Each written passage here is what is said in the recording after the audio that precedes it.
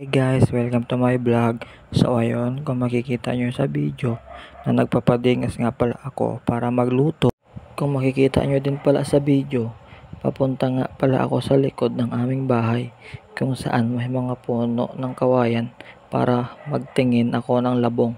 At yun nga, may mga laman akong nakita.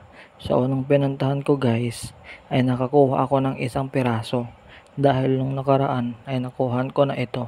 So papunta nga pala ako sa pangalawang pagkukunan ko. Ayun guys, may 4 akong nakuha. Diyan ito. Kaya medyo marami akong nakuha diyan guys. Dahil ngayon ko lang ito pinuntahan. So ayun guys, nagtingin-tingin pa pala ako diyan kung may makukuha pa ako. So ayun nga, meron pa ako nakita diyan. Ito pala yung time guys na nagkayayaan kami magtutropa para magtingin ng shell. So sa kasamaang palad, ilan lang yung nakuha namin. Hindi ko na din pala naipakita.